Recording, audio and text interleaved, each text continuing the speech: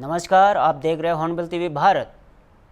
उत्तर प्रदेश के मुख्यमंत्री योगी आदित्यनाथ ने आज लखनऊ के इंदिरा गांधी प्रतिष्ठान में सीएम योगी युवा कॉन्क्लेव एक्सपो का उद्घाटन किया। यहाँ 2 दिवसीय या 3 दिवसीय यदि पुष्टि हो तो कार्यक्रम युवाओं को उद्यमिता और नवाचार के क्षेत्र में अवसर देने के उद्देश्य से आयोजित किया गया। मुख्यमंत्री ने कहा कि यह एक ऐसी योजना है जो पूरी तरह ब्याज मुक्त और गारंटी मुक्त है। सरकार ब्याज भी खुद दे रही है और बैंक गारंटी भी सरकार ही प्रदान कर रही है। उन्होंने बताया कि अब तक 68,000 से अधिक उद्यमियों को 2,751 करोड़ रुपए का वित्तीय समर्थन दिया गया है। सीएम ने इससे उत्तर प्रदेश की अनलिमिटेड पोटेंशियल का प्रतीक बताया। मुख्यमंत्री योगी ने युवाओं की सक्सेस स्टोरीज भी मंच पर साझा की और कहा कि उत्तर प्रदेश के लाखों युवा आज अलग अलग सेक्टर में आगे बढ़ने का प्रयास कर रहे हैं। राज्य सरकार उनके साथ खड़ी है। सुनिए। योजना आपके लिए है।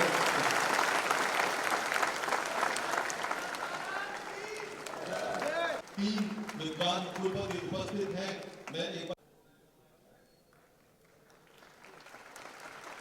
उद्योगों का एक सशक्त केंद्र बनाने की दिशा में एक और महत्वपूर्ण पहल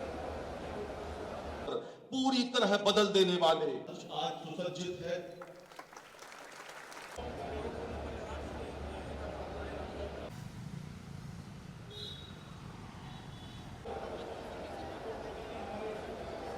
अनंत संभावनाएं हैं, ढूंढने की आवश्यकता है।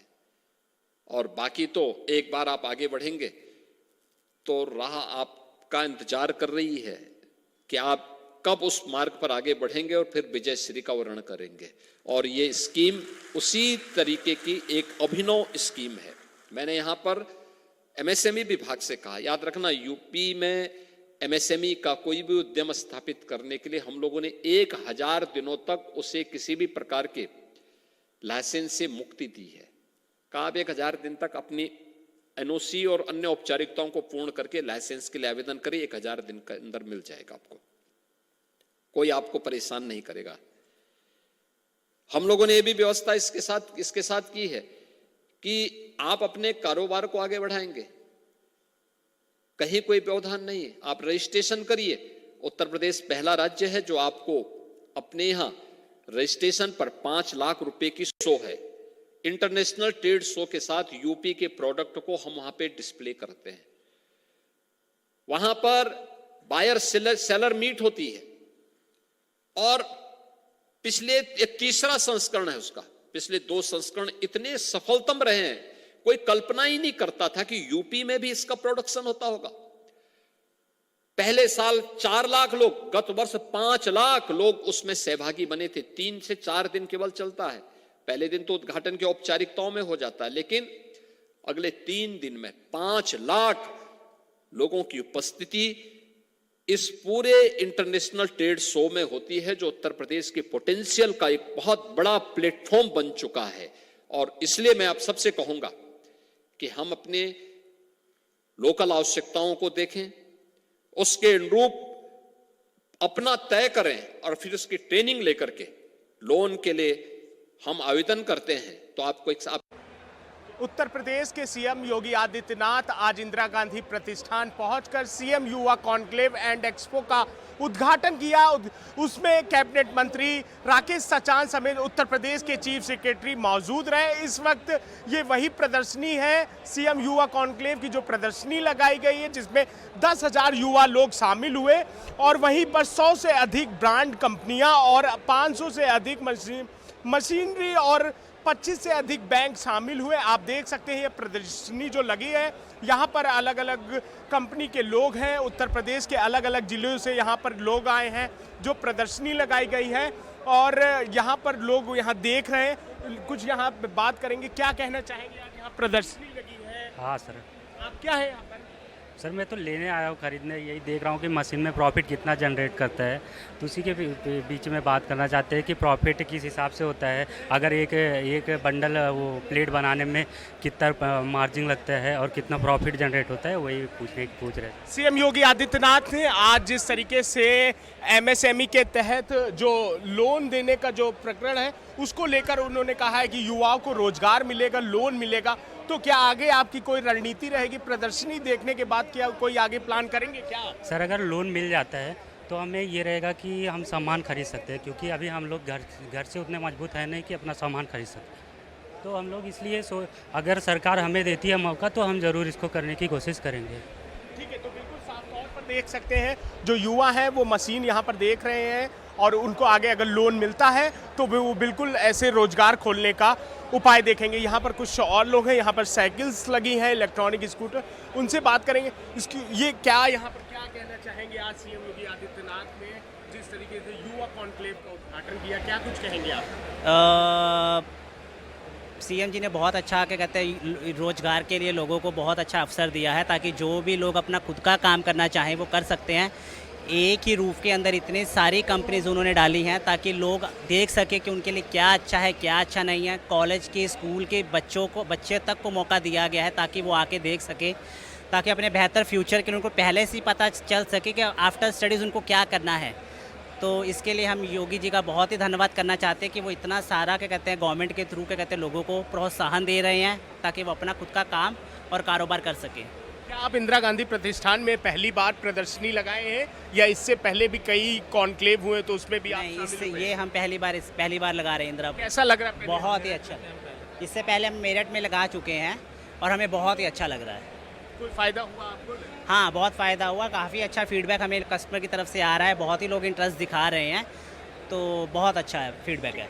ये थे हमारे साथ बात करने के लिए जो कंपनी के लोग हैं, उनका साफ तौर पर कहना है इससे पहले मैंने मेरठ पे लगाया। जो मुख्यमंत्री योगी आदित्यनाथ का जो सपना है युवाओं को कैसे रोजगार दिया जाए, एमएसएमई के तहत कैसे युवाओं को लोन मिले, किसी प्रकार की कोई दिक्कत ना है, इसको लेकर ये प्रदर्शनी 3 दिन तक चलाई जाएगी इंदिरा गांधी प्रतिष्ठान में। इसको लेकर यहाँ पर काफ़ी तादाद में लोग आ रहे हैं। अलग अलग तरीके से जो सोलर्स कंपनियां हैं, सोलर्स है, साइकिल्स बात करी जाए, बैटरी की बात करी जाए, ये देखिए अलग अलग तरीके से यहाँ पर लोग क्या कहना चाहेंगे। यहाँ सोलर का प्लांट लगाया, आज मुख्यमंत्री योगी आदित्यनाथ खुद यहाँ पर निरीक्षण करें प्रदर्शनी का, क्या कुछ कहेंगे आप? सर बहुत अच्छा लगा और काफ़ी अच्छी गैदरिंग हो रही है यहाँ पे।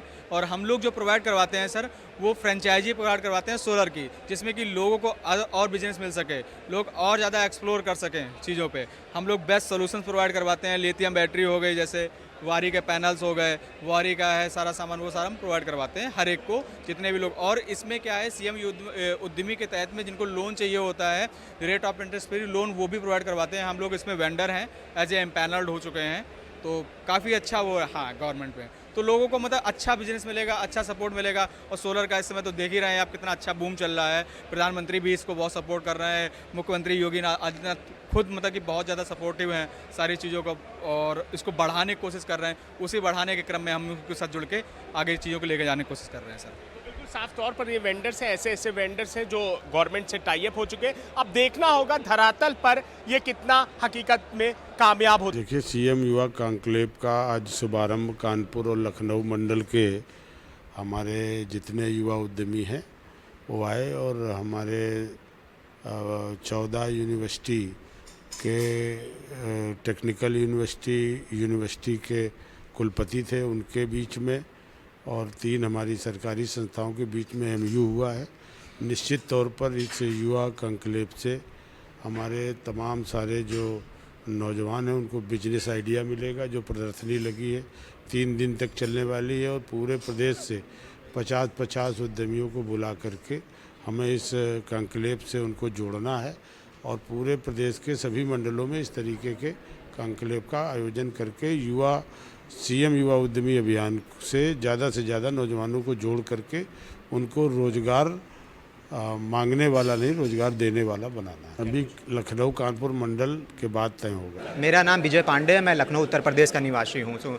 मेरा वुडन टॉय मैन्युफैक्चरिंग का बिजनेस है और क्या नाम है, इस स्कीम के बारे में मुझे सोशल मीडिया के थ्रू पता चला था। वहाँ पे मैंने आवेदन किया। आवेदन करने के बाद मात्र 15 से 20 दिन में ही मेरा लोन स्वीकृत हो गया था, पास हो गया था। उसके बाद मैंने बिजनेस को स्टार्ट किया और वर्तमान समय में आज की डेट में मैंने 5 लोगों को रोज़गार भी देकर रखा हुआ है। मेरा वुडन टॉय मैन्युफैक्चरिंग का बिजनेस है, जो हम लोग प्रेजेंट टाइम में बनारस, बाराबंकी, कानपुर, लखनऊ में प्रोडक्ट की सप्लाई भी कर रहे हैं। तो मैं अपना खुद का क्लिनिकल फिजियोथेरेपी क्लिनिक स्टार्ट करना चाहता था, जिसके लिए मुझे फाइनेंशियल बूस्ट की ज़रूरत थी। तो क्लिनिक के लिए फाइनेंशियल बूस्ट की ज़रूरत थी, तो वो मुझे मुख्यमंत्री युवा उद्यमी विकास योजना के तहत प्रोवाइड हुआ। उसकी वजह से मैं अपने क्लिनिक को स्टैंड कर सका अपने ही शहर में, और आज मैं अपने शहर में शहरवासियों को बेटर फिजियोथेरेपी चिकित्सा सेवाएँ दे पा रहा हूँ। मध्य प्रदेश में लगातार बारिश और बाढ़ की वजह से हालत चिंताजनक बने हुए हैं। बुधवार को मुख्यमंत्री मोहन यादव ने होम गार्ड्स के कंट्रोल रूम से राज्य भर के बाढ़ की स्थिति की समीक्षा की। मुख्यमंत्री ने बताया कि अब तक मोरैना, दमोह, रायसेन, गुना, अशोकनगर, शिवपुरी, सागर और विदिशा जैसे जिलों से करीब 2900 लोगों को सुरक्षित निकाला गया है। बचाव कार्य में लगे कर्मियों के प्रयासों की सराहना करते हुए उन्होंने कहा कि राज्य सरकार की पूरी तरह से सतर्क है। मुख्यमंत्री ने चेतावनी दी कि अगले 2 से 4 दिनों तक बारिश और बाढ़ की स्थिति बनी रह सकती है, इसलिए पूरे राज्य में हाई अलर्ट जारी किया गया है। सीएम ने बताया कि 2 प्रभावित जिलों के लिए रक्षा मंत्रालय से हेलीकॉप्टर सेवाओं का अनुरोध किया गया है, जबकि लखनऊ से आए बचाव दल अशोकनगर में पहले से ही तैनात है। सरकार की प्राथमिकता जनमाल की सुरक्षा और राहत कार्यों को और तेज किया जा रहा है। नियंत्रण के होमगार्ड्स के कंट्रोल रूम के माध्यम से पूरे प्रदेश के रेस्क्यू सेंटर का रिव्यू किया है। एक बार पूरी बात देखी समझी है, और हमारे जवानों ने पूरे प्रदेश के अंदर जहाँ जहाँ बाढ़ आई है बहुत अच्छा काम किया है। उनकी अपनी क्षमता योग्यता के साथ मुरैना, दमोह, रायसेन, गुना, अशोकनगर, शिवपुरी, सागर, विदिशा आदि में भारी बारिश के कारण से अभी तक मेरी जो जानकारी में है लगभग 2900 लोगों को बाढ़ के अलग अलग स्थानों से निकाल करके सुरक्षित स्थानों तक पहुंचाया गया है। कुछ लोग काल कवलित भी हुए हैं, उनके लिए भी हमने कहा कि हमारा अपना जो राहत का आपदा प्रबंधन का प्रबंधन है उसमें उनकी मदद भी करेंगे, और जिनको बचाया गया उनको खाने पानी, उनके रहने की, कपड़े की, बाकी व्यवस्था की सभी प्रकार की मदद सरकार के माध्यम से होगी। कुल मिलाकर के जो मौसम का माहौल बना हुआ है ये अभी और 2-4 दिन रहने वाला है। ऐसे में हम पूरे प्रदेश के अंदर सबको सतर्क भी कर रहे हैं, अलर्ट भी कर रहे हैं, और निश्चित रूप से हम अपनी जान भी बचाएं, दूसरों को भी बचाएं, और खासकर बाढ़ के समय बहते पानी के बहाव से दूर बचें, करंट से बचें, आवश्यक सावधानी रखें। कच्चे मकान, कच्ची दीवारें या गिरते हुए गिराऊ मकानों के लिए भी प्रशासन को अलर्ट किया, और आम जनता को सावधान रहने का मैं आपसे निवेदन करता हूं। उम्मीद करता हूं कि जिस प्रकार से हमारी सब प्रकार के प्रबंधन हुए हैं उससे हमारी इन पूरी व्यवस्थाओं के आधार पर जितनी कम से कम जनहानि हो सके और ज़्यादा से ज़्यादा हम अपने प्रभावी रोल से बचाएं। हमने 2 जिलों के लिए भारत शासन के माध्यम से रक्षा मंत्रालय के हेलीकॉप्टर सर्विस की सुविधा मांगी है, और वो भी बहुत जल्दी मिलने वाली है। अशोकनगर में लखनऊ से बचाव दल आया हुआ है, वो भी लगातार लगे हैं। सबको हिम्मत रखना, इसमें कोई किसी प्रकार से घबराने की ज़रूरत नहीं, केवल कम्युनिकेशन करने की ज़रूरत है, संपर्क बढ़ाने की ज़रूरत है। सरकार को सही से सूचना पहुंचा दे तो कोई कहीं भी होगा वहां से उसको उठा करके निश्चित रूप से बचाया जाएगा, मदद। आतंकवाद विरोधी अभियान के तहत गुजरात एटीएस को एक बड़ी कामयाबी मिली है।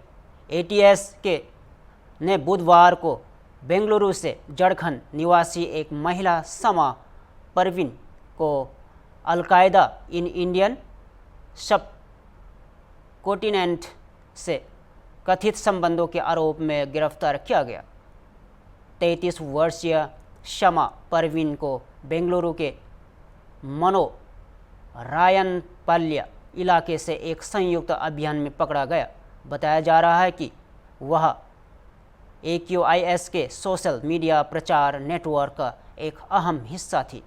उस पर आरोप है कि उसने सोशल मीडिया प्लेटफॉर्म खासकर इंस्टाग्राम पर चरमपंथी और भड़काऊ सामग्री सजा की।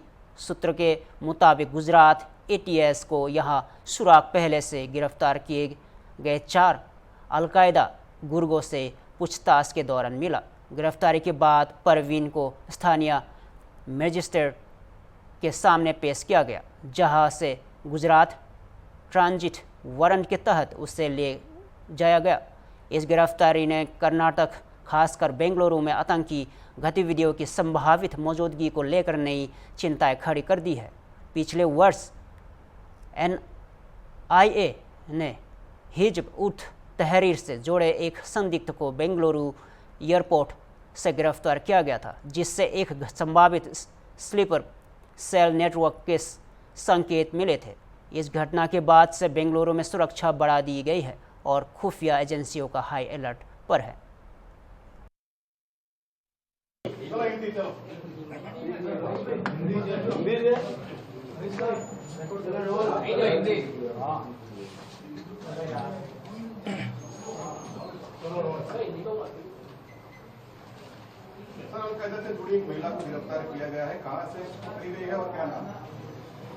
देखिए, आपके ध्यान पे होगा कि लास्ट 22 जुलाई के दिन गुजरात ATS के द्वारा एक केस किया गया था, जिसमें अलकायदा इन इंडियन सबकॉन्टिनेंट से जुड़े हुए 4 आरोपियों की अरेस्ट की गई थी। ये आरोपी फैक दिल्ली से, फरदीन अहमदाबाद से, सैफुल्ला कुरैशी मोडासा अरवली से तथा जिशान को नोएडा से इनकी अरेस्ट की गई थी और UAPA तथा BNS के विभिन्न सेक्शंस में इनको अरेस्ट किया गया था।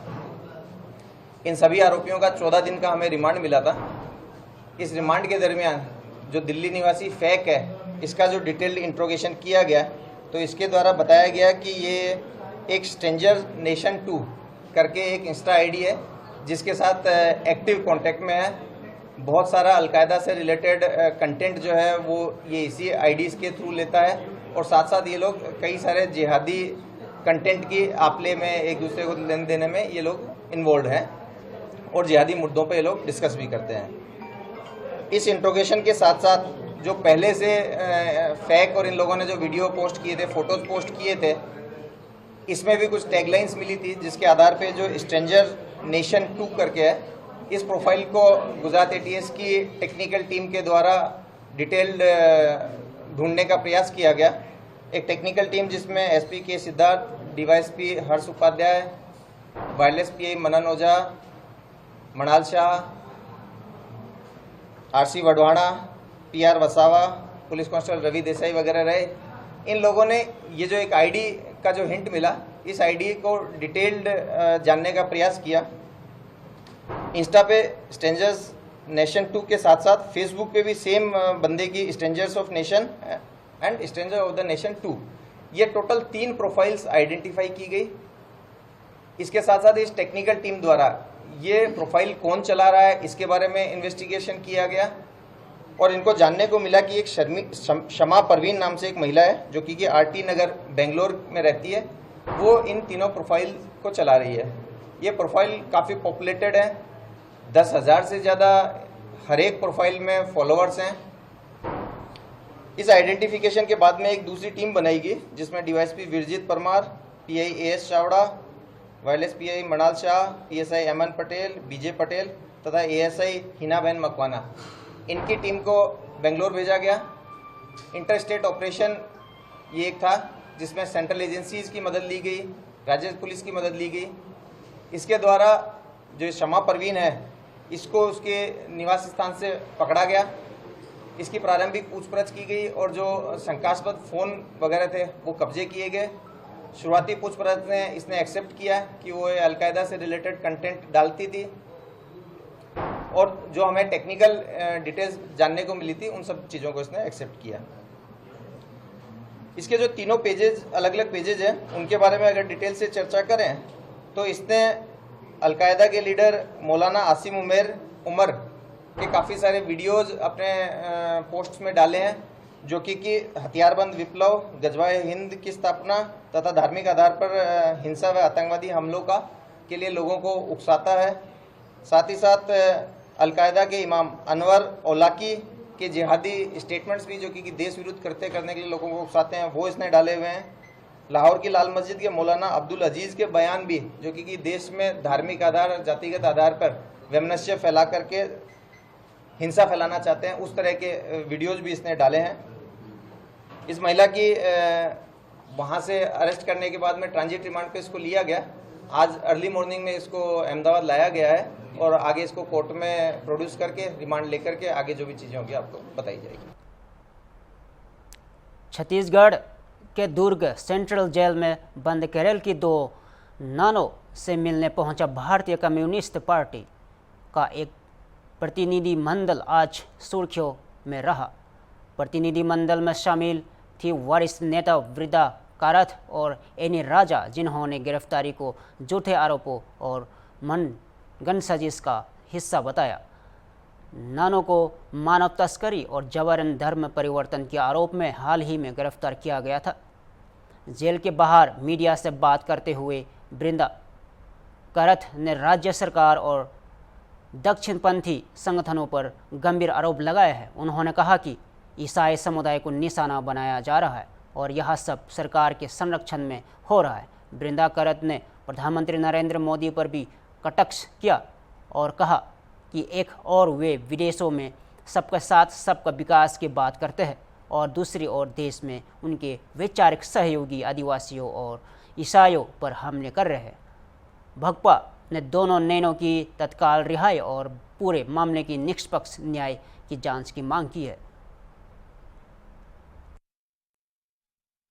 जो हमने देखा, एक हिंदुस्तान के नागरिक होने के नाते हमारा सिर झुक जाता है शर्म से कि आज हमारे हालात ये है कि 2 नन्स जो सालों से वर्षों से यहाँ गरीबों की सेवा कर रहे हैं, आज एक नकली और एक मैन्युफैक्चर और झूठ के आधार पर आज उनको जेल में बंद किया गया।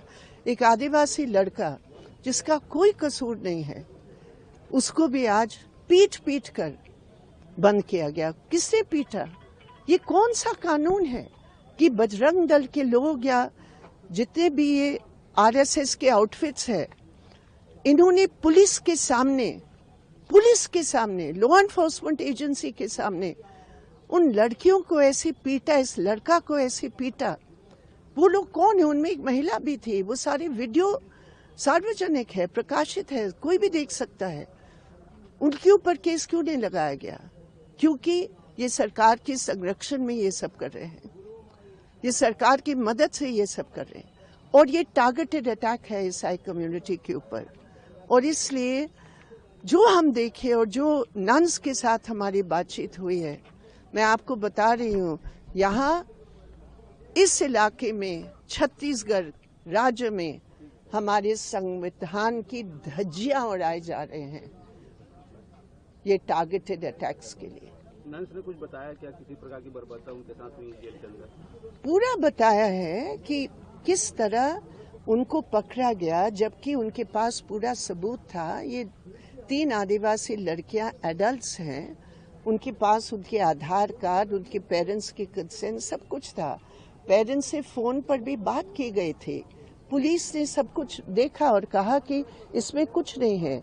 लेकिन जब ये एंटी सोशल एलिमेंट्स जो किसी संगठन के नाम लेकर वहाँ कार्यरत हैं, उनकी हस्तक्षेप हुआ, वो आके इनको पीटा। एक नन को जिस तरह गाली गलौज करके, उनको जिस तरह मतलब बेइज्जती की, और तीनों को जिस तरह उन्होंने मारा, लड़कियों को और उस लड़के को, वो वीडियो एविडेंस है। लेकिन उनके खिलाफ कोई केस दर्ज नहीं होगा। क्यों नहीं दर्ज होगा? ये देश का कानून क्या है? कोई भी अपने हाथ में कानून लेकर ये सब कर सकते हैं। मैडम, सरकार कानून लाने जा रही, किस रूप में देख रहे हैं? जी, सरकार धर्मांतरण के कानून लाने जा रही, छत्तीसगढ़ में कानून लाने जा रही। ये तो छत्तीसगढ़ में एक बहुत मतलब कानून तो ऑलरेडी है, और ये कानून के आधार पर ये कोई भी निर्दोष लोगों को गिरफ्तार कर रहे हैं। कोई भी हो, निर्दोष लोगों को गिरफ्तार करें। मोदी जी विदेश में जाकर सबके गला लगाकर वो कहते हैं सबके साथ सबका विकास, और यहाँ उन्हीं के लोग उन्हीं की विचारधारा से प्रेरणा लेकर 2 नन्स को इस प्रकार बेइज्जती करते हैं, मारते हैं, पीटते हैं आदिवासियों को, क्योंकि वो ईसाई धर्म को अपने आप अपनाया है। फिलहाल के लिए इतना ही। ताज़ा खबरों के लिए जुड़े रहिए हॉर्नबिल टीवी भारत के साथ।